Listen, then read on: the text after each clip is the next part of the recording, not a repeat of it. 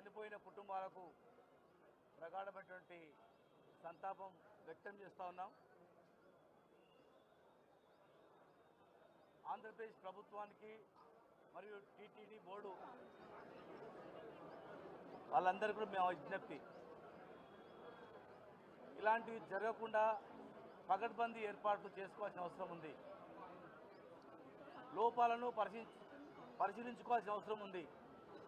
లోపాలను సరిదిద్దుకోవాల్సిన అవసరం ఉంది. బ్రహ్మోత్సవాలు కానీ,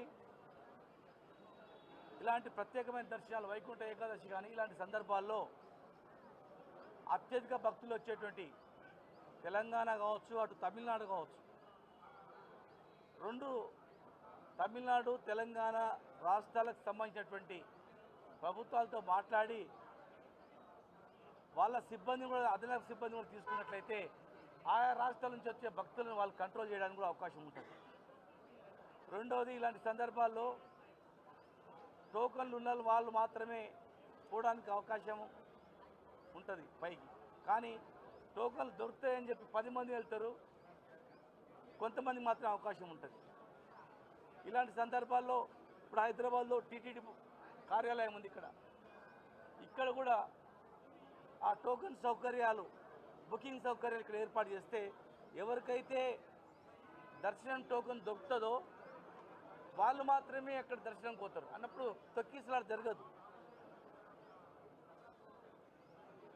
టోకన్ దొరకకపోయినా ట్రై చేద్దామని పోయి చాలామంది ఆ గుంపులో ఇలాంటి సంఘటన జరిగే అవకాశం ఉంది.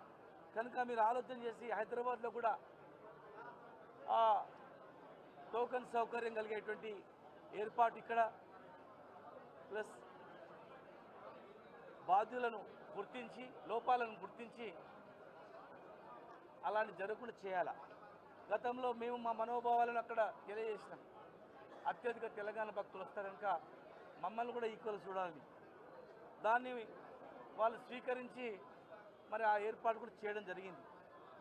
చాలామంది రకరకాలుగా విమర్శలు మాట్లాడినా అంతిమంగా వాళ్ళు ఆలోచన చేసేది, వీళ్ళు అడిగిన దానిలో ధర్మం ఉంది, అత్యధిక తెలంగాణ భక్తులు వస్తున్నారు కనుక ఆ భక్తులకు, సామాన్య భక్తులకు కానీ ఇతరులకు కానీ ఈక్వల్గా చేద్దామని చెప్పి చేయడం జరిగింది.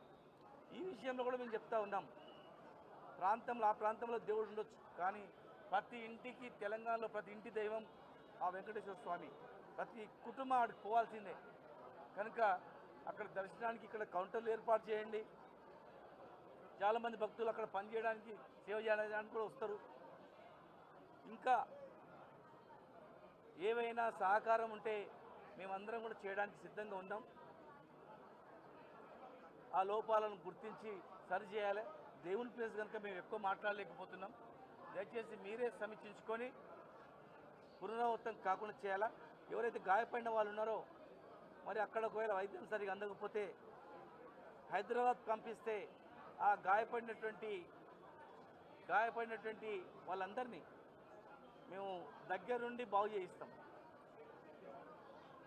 రెండు రాష్ట్రాల్లో కలిసిమెలిసి అభివృద్ధి చేసుకుందామన్నాం, కలిసిమెలిసి ఉండాలన్నాం. దేవుని దగ్గర కూడా వ్యత్యాసాలు ఉండొద్దని చెప్పినాం.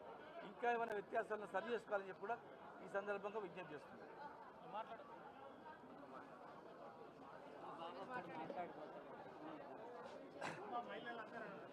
అందరికీ నమస్తే.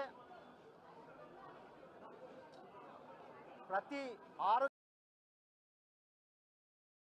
కి అడ్డం పడుతున్నటువంటి ఒక కుట్రలో భాగంగానే ఈరోజు